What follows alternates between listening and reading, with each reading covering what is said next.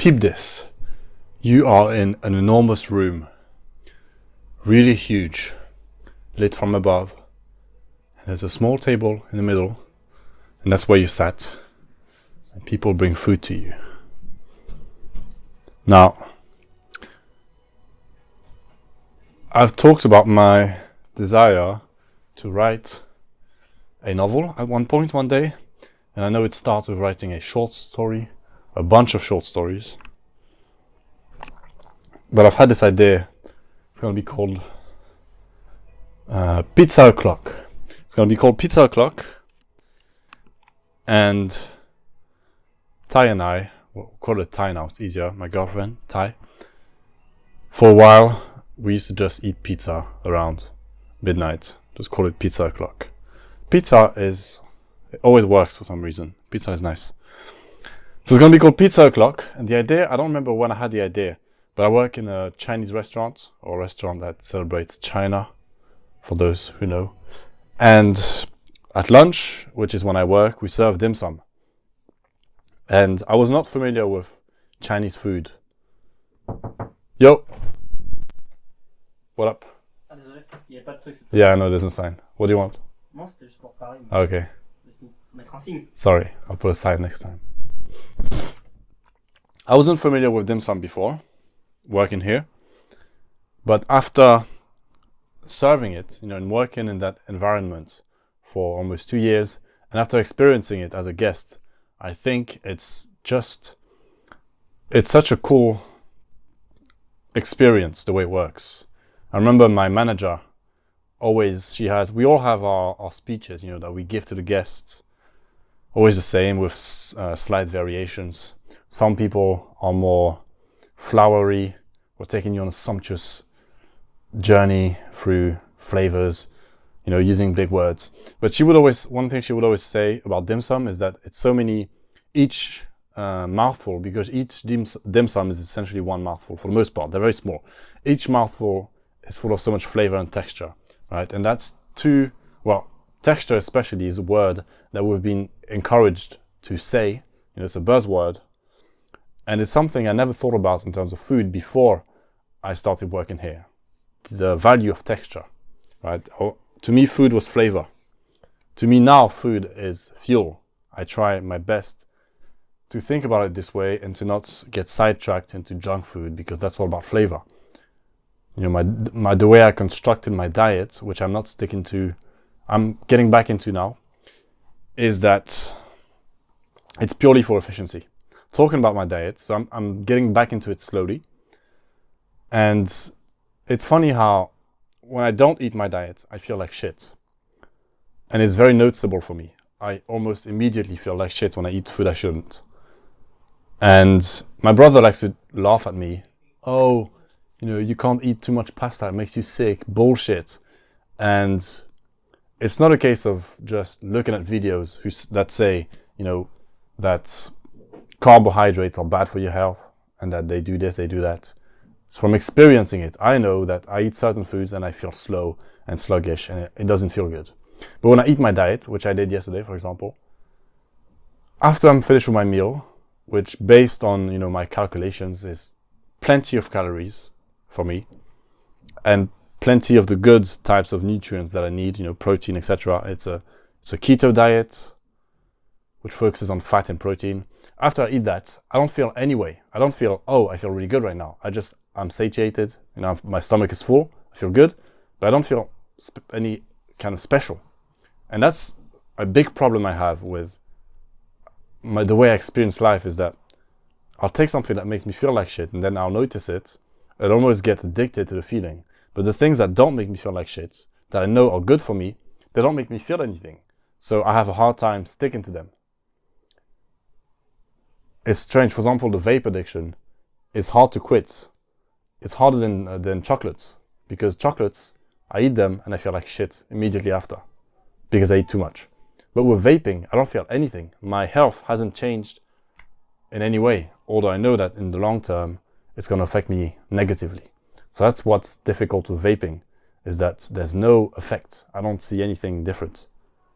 So I can't even kind of assess how bad it is and how much I should quit. But going back to the diet thing, when I eat my diet, I just feel good. I just feel nothing really. I'm just full, and that's about it. But when I eat badly, I feel like shit. So I have a hard time committing to my diet. But going back to the idea of food, so I had this idea. Dim sum pizza, essentially. I thought what's so interesting about dim sum is that you go there, you eat 8 to 10 dim sum, and you get all these different flavors and textures. Each mouthful, as my manager says, is so different from the next and the previous. So I thought, how about doing that with pizza? When you eat pizza, the last slice is always cold or lukewarm. Now, as we all know, pizza is always good. It's good cold, it's good microwaved, heated up in a pan. It's always good. Even not very good pizza is pretty good somehow. That's the pizza effect. But when you eat pizza, the last slice is always cold. So I thought, if you merge those two ideas, dim sum and pizza, and you get served small slices of pizza, but each has a very different flavor and texture, like dim sum, very, very rich with flavor. So that's where the idea started. Then I saw on Instagram, I think, a story about, doesn't matter the specifics, but some young student or something making an event for making this kind of highbrow event for I think it was a one night food experience. And they were really good at marketing it, but essentially the food they were preparing was just the food they eat every day, the food they make themselves. They're not chefs. But they had this funny idea of marketing it. They rented out a warehouse, dressed it up, and it looks a bit stupid and funny. And they marketed it for a while, and lots of people were interested. And I don't know what the prices were, but I imagine they put the price somewhat high, to make it look like one of those exclusive events that no one's heard of and that is very difficult to get into. So they did that, and some of the guests, apparently, which makes sense, were disappointed in terms of they felt like it was a waste of time and money. And looking at the video, the event itself looks like a kind of artistic performance art is what it looks like. It looks very interesting. So I had the idea, I can't open pizza dim sum. I can't open Pizza O'Clock. Maybe one day. And also, it will be a lot of work. So I thought it would be easier to do a one night event. Easier. But the idea I have in mind is that it has to be equivalent. Almost, to deliver, it needs to be similar to the dim sum experience in the 2 Michelin star restaurant where I work, where you have all these different flavors. That's the magic of it, the flavors and the textures, and that's decades of expertise, right? So that's very unrealistic. So the next step I went to was I can just write it. I can write the story, and I can make it as dramatic as I want. And another idea I had for a story was if a kitchen, like the one where I work, decided to do a heist or something like that, and how, the dynamic in the kitchen with the chef at the top and everyone, how that would be replicated in the heist, but then how maybe a bit similar to the film, The Square. No, not The Square, the one that came after. The Triangle of Sadness, where people are shipwrecked, a cruise is shipwrecked, and the hierarchy changes based on people's competences in that survival situation. So similarly, in the heist, you'd have the person, who's the chef, who has all the authority in the kitchen, suddenly maybe relegated to a lower role, and maybe being forced into it because perhaps some people in the kitchen are more suited to the criminal life, let's say. And just the idea of me knowing the people in the kitchen and their dynamic and their personalities at work, knowing that, quite well after 2 years, and being able to express that in a different scenario, essentially just writing a heist movie, but where I would be able to paint the characters with a lot of depth based on, and their dynamics based on the ones I see in the restaurants. It didn't really even have to be based on the restaurant. I could just write a heist movie, but replicating the dynamic I see at work, because that's real, right? And that's always interesting. So I thought, how about I merge those two ideas? An idea I had was, there's many ideas in there, but perhaps the very successful 2 Michelin star chef sees this guy who works for him making this event, which he sees as a farce to a degree, and maybe trying to exploit it somehow. Lots of ideas. But yeah, I can't make Pizza O'Clock a restaurant. I can't make it a one-night event, but I can write it. That doesn't cost anything. And so the first line that I said at the start of this episode would be, I suppose, the 2 Michelin star, or even 3, it's a book, I do what I want. We'll stick to 2. The 2 Michelin star chef and the protagonist, the way they differ is that my chef would be an exaggeration of the one I work with. And I'd say that his antagonist, which is the protagonist of the story, is very good at marketing, right? He doesn't have a really good product, unlike the 2 Michelin star chef, but he's very good at marketing it and attracting very high-class clientele to his event. And perhaps the chef is jealous of that when he has a very, very good product to sell, but he's not as well equipped at selling it and at marketing it. So perhaps that's where the resentment begins. So the opening, I'd like as much as possible to include, new wave media and marketing. I've been watching a lot of daily streams, which is the thing nowadays. And the lingo, the way they behave, the way they interact, the way they speak is so interesting, I find. And it's not something I've seen in popular culture in terms of fiction as of yet. So I watch hours like an obsessed person of these people, their beefs, the way they interact, the way they lie about each other, the way they create fake drama, the way they're not very interesting for the most part or entertaining. And the idea of showing that would be interesting. And so the idea is that this protagonist gets influencers to talk about his thing, his event. So the first chapter would be an influencer talking about the event before it happens. So that's the webs I'm trying to weave in there, trying to include a character who's doing a daily live stream for the event, for example, and then building on this idea of disgruntled customers who came to this event, wasted a Saturday night, and obviously will exaggerate. I don't know how much they charged in the actual thing that happened, that I'm basing this off partly, but they will be charging a lot of money, It's essentially a heist. Oh, I've just thought about it. I could take inspiration from boxing events. Mayweather saying it's a heist. I think when he fought Conor, this idea of this event that really, especially when you think about the Conor versus Mayweather fight, which, Mayweather won 50% of the fight. He didn't win the fight. It's 50-50 because in those 12 rounds, I think it finishes in the 11th, he won that fight. But there were months of build-up where Conor McGregor was humiliating him all the time. And even nowadays on Instagram, what I see is from time to time highlights of the fight, people highlighting Conor getting a shot on the best defensive and perhaps the greatest boxer of all time. And apart from that, that's all I see from the fight. Apart from that, every day I see content from that press run where Conor was just at his best in being Conor. So I think Conor won the fight. Even more than 50%. He won that fight because during the actual fight, he never looked like he had a chance.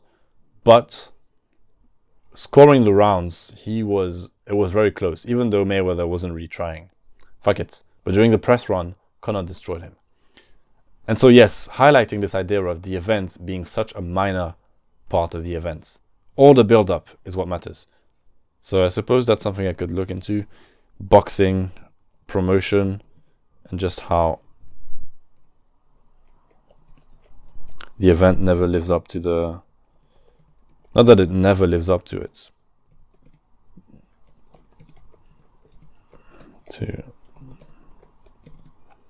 But perhaps it never does, actually. I mean, that event didn't live up to the promotion. The promotion was amazing. I mean, there's Dylan Dennis who's going to fight Logan Paul. That's probably going to be a shit fight. but the promotion is doing a really good job. Shit, I'll take a note. I don't know how pertinent this is to my story, but you never know. But building on this idea of disgruntled customers, perhaps someone, tries something. I'm also thinking about the film The Menu, which I saw when it came out in cinemas. This idea of being stuck in a restaurant, being the space, since I'm going from the angle of performance art as well, it's not gonna, I have to make the place where the space where it takes place as interesting as possible, because my character, who's doing his dim sum pizza thing, that's his point of view. He's all about theatrics.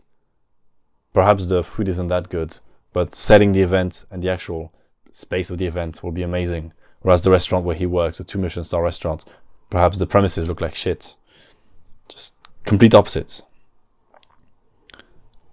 And so, perhaps one of the customers is a bad person and he takes everyone hostage, and you have one person, and you have the kitchen crew from the good restaurant trying to infiltrate themselves into the event to steal the money.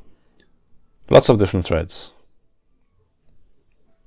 So that's that. That's Pizza O'Clock, which, if I was smart, I wouldn't even think about starting to write, and I'll just stick to writing short stories, because that's what I do actually. But one day, Pizza O'Clock. I really like the idea. You get this, these small slices, reasonably sized slices of pizza, each a very different flavor, each rich with flavor. Just the food at the restaurant I work is so rich with flavor. Thing is, I have no experience going to the restaurant. I have nothing to compare it to. If I eat outside, I eat pizza usually, or Indian. But the experience at this restaurant, it's so unique. It's really something that I will take inspiration from just in my work in general. The variety. That's something I thought about for the first time in terms of movies. I think with Snowpiercer, the Bong Joon-ho version, this idea of many different flavors applies to movies.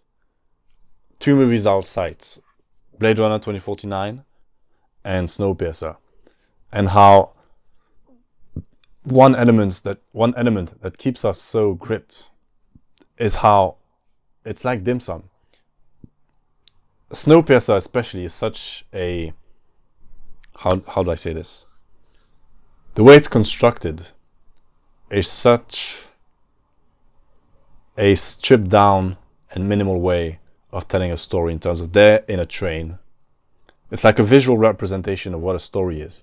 They're in a train, which is essentially a very long corridor, and each wagon has its own flavor, like a dim sum, and they're trying to get from the back of the train to the front of the train. That's stories in general, or the back of the corridor to the front of the corridor. And they go through these carriages, and they all have different flavors. And that's an element of storytelling in movies that is so powerful to keep the audience interested, to keep them on their toes. I remember they go into the sauna carriage, and it's all yellow. It's like a whole different world, but it makes sense within the context of the story. But the fact of going through these different color schemes and aesthetics, and the fight, the way it's shot and the way it plays out. He has he has a gun, I think, in that scene. That's the aesthetic of that scene in that carriage. It's yellow, they're fighting with a gun, they're hiding behind those walls. So the geography of the carriage is specific also. There's the carriage where there's a bunch of carriages. Yo! Bisous, à demain. Ouais, no problème. Bonne soirée. There's, at some point, they're in a carriage where the train is taking a turn, and they can shoot through the carriage at the... they can kind of skip time in a way and shoot at a further carriage because they can see it in the roundabout. There's a carriage where there's people dancing everywhere. There's a carriage where it's all dark at some point, and so it's night vision. And so all these aesthetics, they keep you on your toes. It's exactly like dim sum. You just had something, oh, it was so good. That scene with the night vision, right? And before the night vision, it's just dark and you can see light rays kind of highlighting parts of the characters. But then it's all green, right? And the aesthetic and the way that they fight, the way they move is specific to that scene. The flavor is specific to that scene. It's all green, people are blind, the way they move everything, and it's all in the open. People are tripping on each other. So you're like, oof, I like that flavor. That was nice and spicy. And then later on, you have this new fight scene where they're in the yellow carriage and there's fog or steam. And there's just this row of walls and people are hiding inside the saunas. And it's all yellow. And the way they fight, the way they hide, the way they move, the geography is changed. And it's its own flavor and it's also delicious. But it works with the other ones. And it's the same with Blade Runner, where as the story progresses, you go through different color schemes. And that sets up the mood of each scene and the flavor as well. And the way people move, different environments. So I think that's very important. That's something that is neglected in most movies. I remember watching a video criticizing Marvel movies. I think it's by Every Frame a Painting, which is one of the best YouTube channels for movie making and analyzing movie making.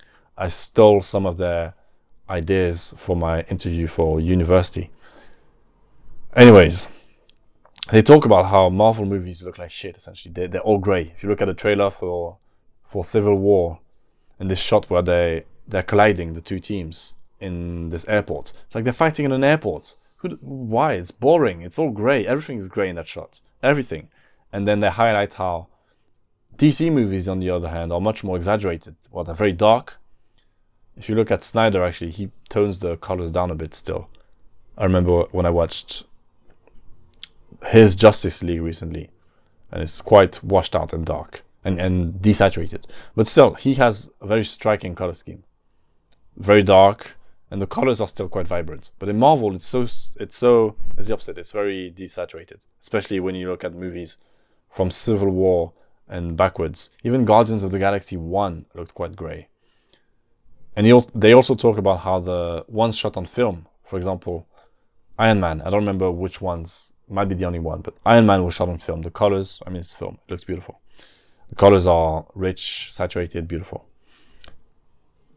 But going back to what I was talking about is that these movies, you don't get that. The color scheme is the same throughout. They're in big airports, fighting, in big streets, fighting. The lights, you fight in a street in the middle of the day. It's the most boring lighting possible.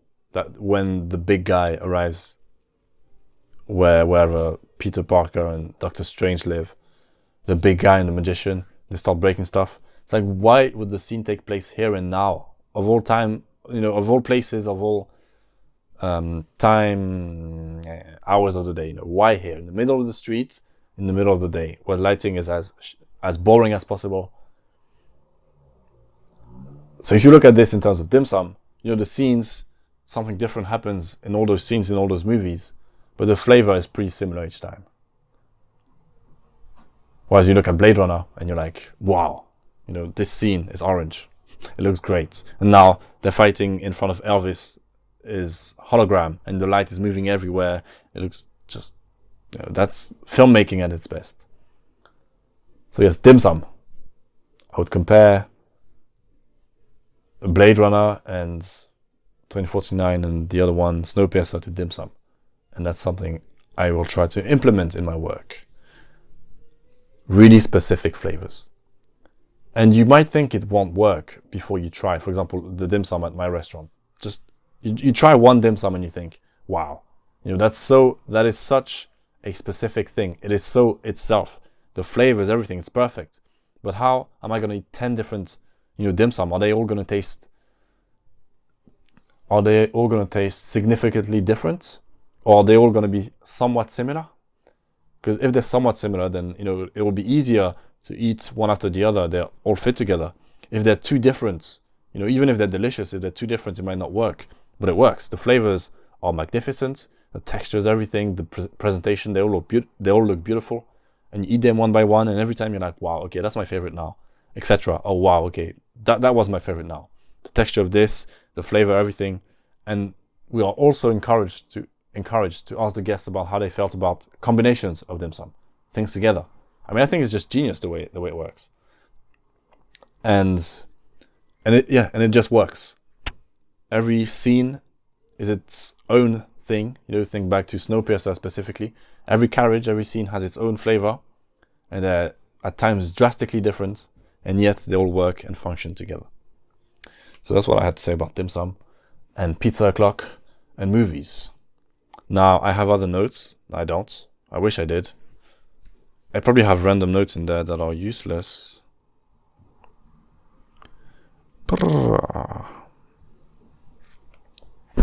I do.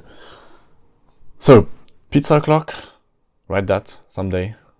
Write some short films before that. I finished editing the music video for my friend Adam Wedd for his song Homesick. Comes out Friday. I'm excited about that. I would say it's the work that I've made in terms of video that I'm the proudest of. Not to say that I'm happy with it and satisfied, but I'm happier than I've been before. And I got to experiment. It was interesting, and now it's done. On to the next. I mentioned how I feel like I should focus on actually making a film instead of these projects. And I'm still thinking about that. I also need to apply perhaps to uni for a master's if I'm able to. There's that. Also, I've been getting back into my routine of the punching bag after work. So I will join the boxing gym pretty soon, which is very exciting. They also have an actual gym in there, which is beautiful because this Sunday I went to the climbing gym with my brother, and I like to do squats there, heavy squats. Although that was my third or fourth time ever, and for the first time, so I actually spent some time on it. I started at I think 60, doing as much as I could. Then I kept moving the weight up and doing as many reps as possible. And I stopped at 90, which is disappointing because my previous best on my second time trying was 110. So I stopped at 90 and my legs were dead. And even that day, climbing up the stairs was a struggle. It was the first time in my life, I guess, that I did leg day. The first time ever. My legs were sore, and that was a great feeling. I was like, I lost my leg day virginity. My leg day virginity. Ty and I, we took some gummies a few weeks ago, and it was my first time. And at some point, we both were laying down and had our hand on the wall like this. And we both agreed that it felt like the wall, we could consume the wall's energy. The energy was passing through our arm. That's how it felt. Now, what I think happened is that we kept our arm there for a really long time, and it started to get, the blood flow. We could probably feel the blood flow, and our arm started getting tired. But it felt like an orgasm in our arm. It felt really good.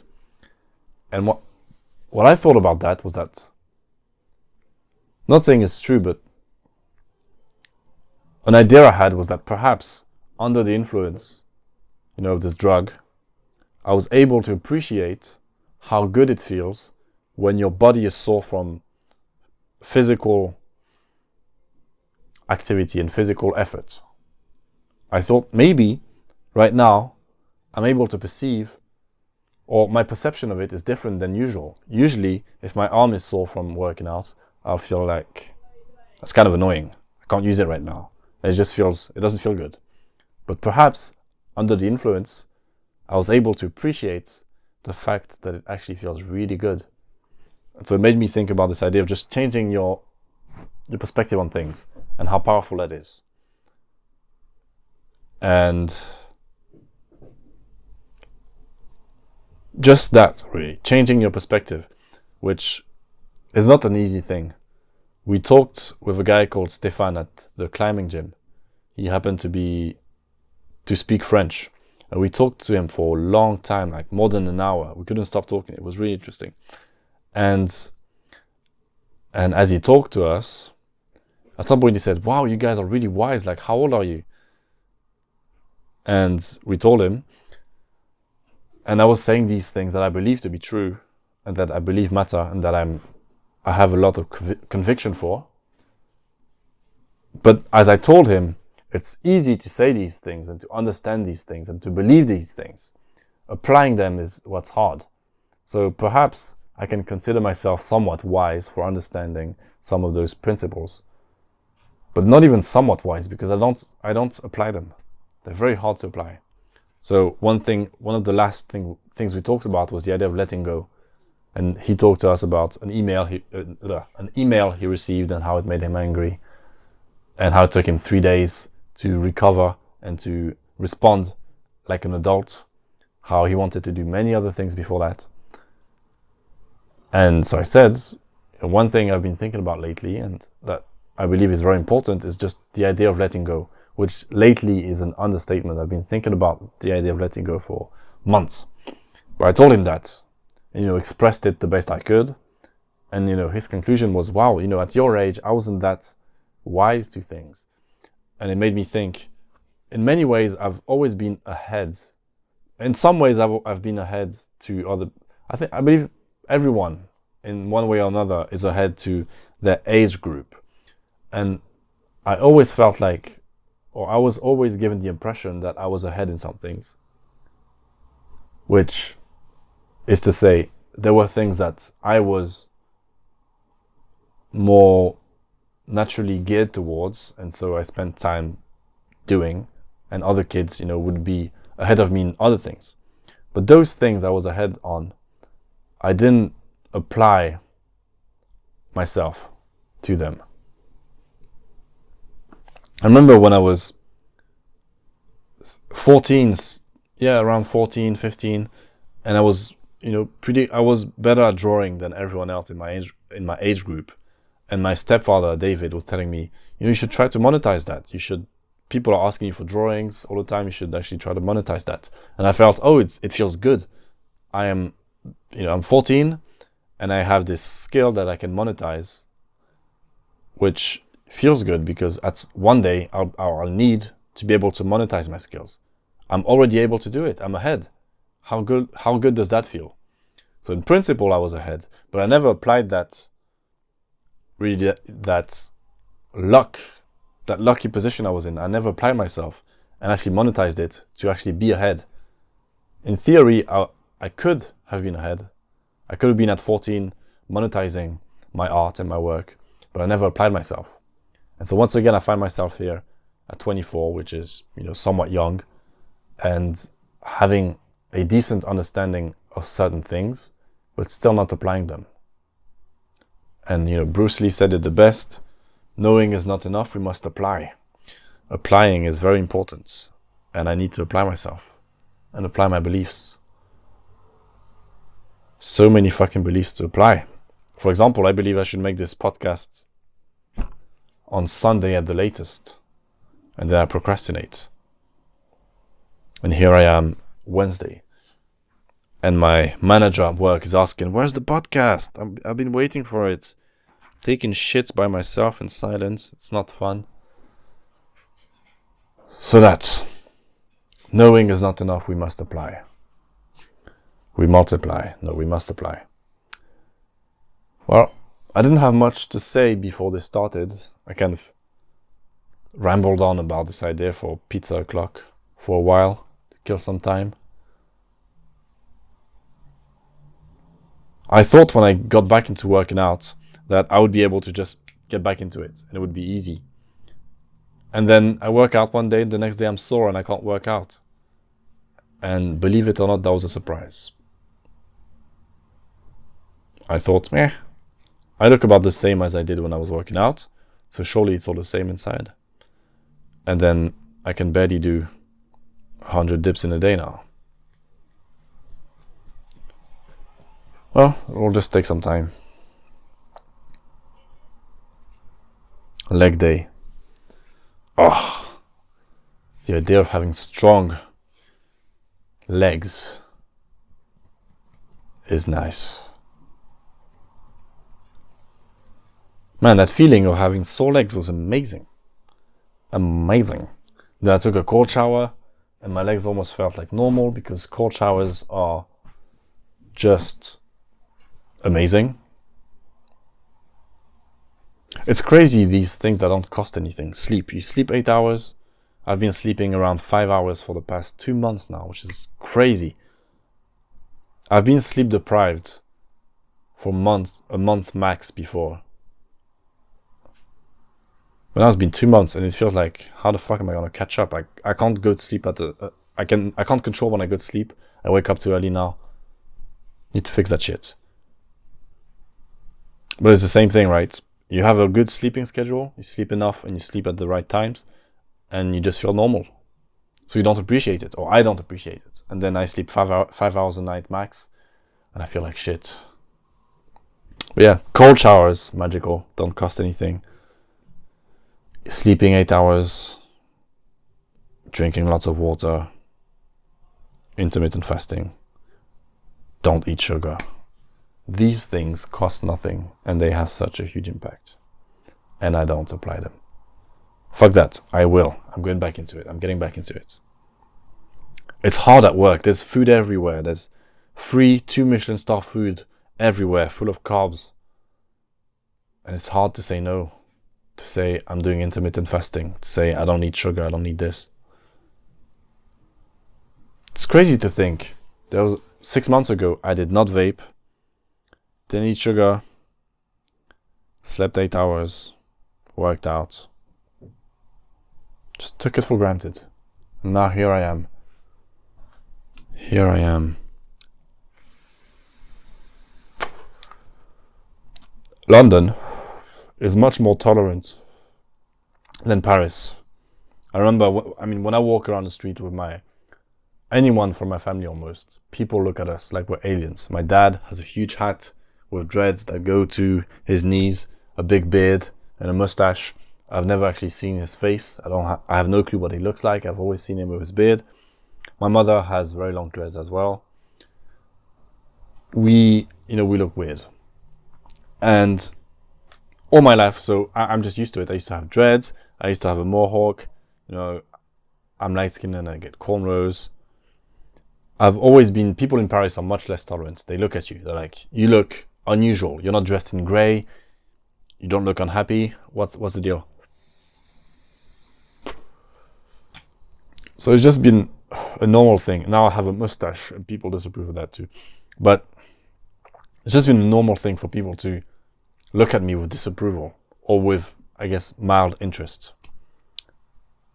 Or when I have my hair out, it's quite long, people look at me. And since I go to work, it's hard to believe, but I go to work with, what are they called? Toe socks. Socks that wrap around your toes so you can move your toes, and flip-flops. So already if you walk around with socks inside of flip-flops, that's a bad fashion decision, as everyone I know would say. But toe socks and flip-flops, black toe socks in those my Puma black flip-flops with the red top, attracts a lot of attention. And so now people never look at me. They just look at my feet with disapproval. They never look at my face. So I'm glad people ignore me now. They just look at my toes with disapproval, and then when they get the head up, I'm gone. Another point of disapproval is my mustache at work.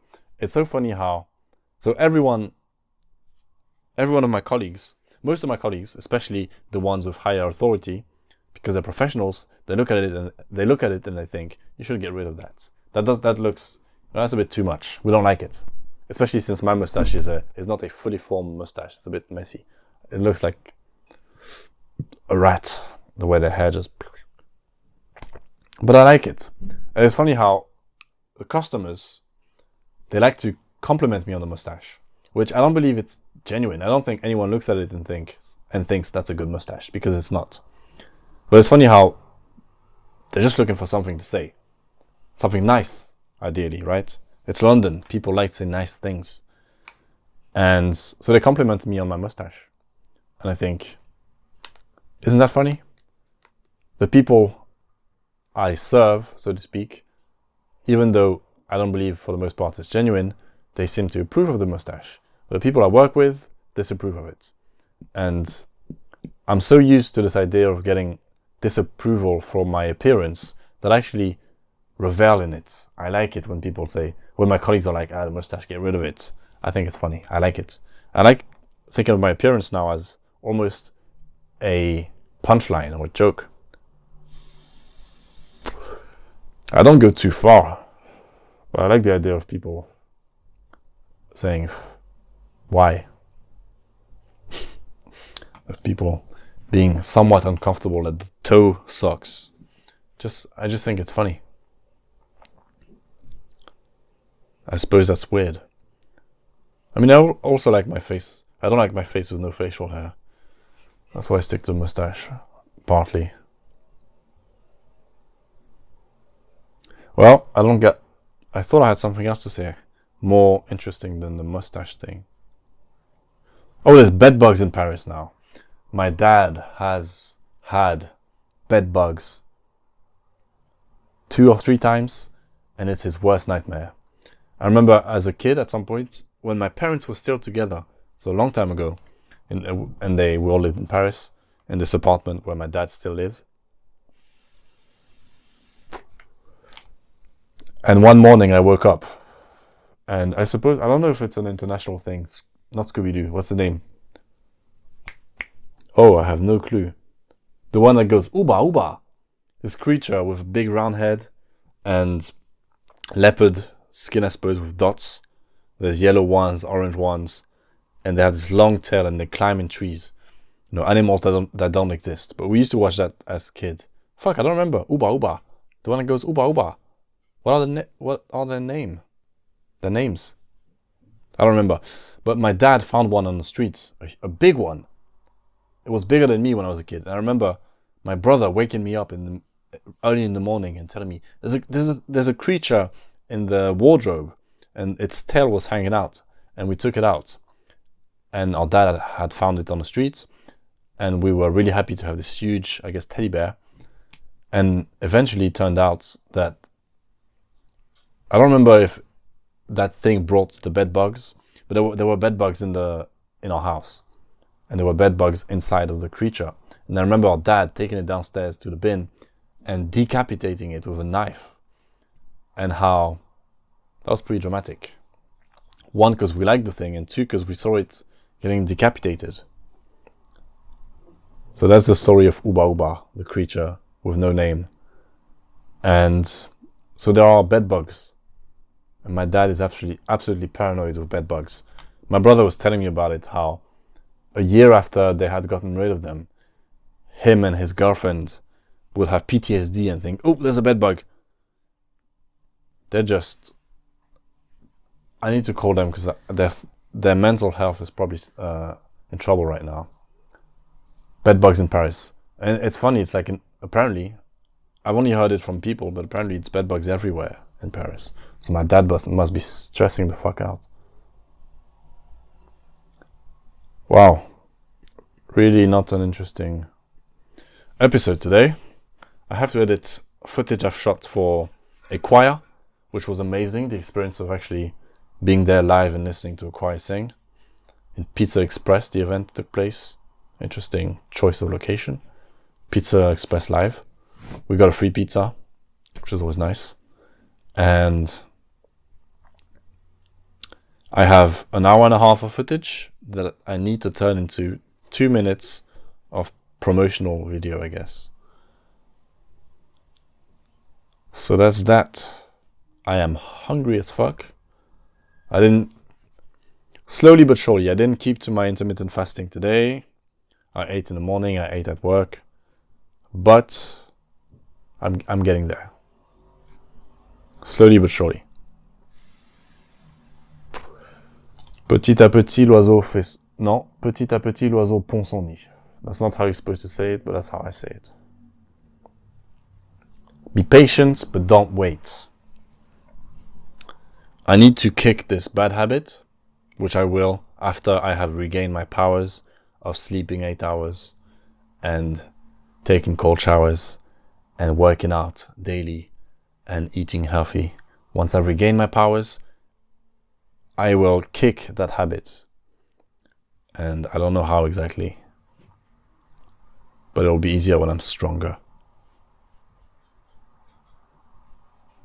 So, what does the future hold? I need to apply to uni.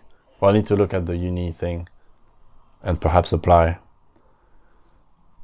I'm working on some Christmas cards that I need to have ready for Christmas and hopefully sell them. I need to work on my short story. I need to work on learning a new poem. I need to apply or to get my membership for the boxing thing. I need to make that video, promotional video. I need to do other stuff. I need to eat. I need to watch Rick and Morty. I need to plan something for this weekend. I need to go to sleep at the right time and wake up early and meditate and work out. Life is good. Thank you. Goodbye. All I'm thinking about right now is food. So thank you.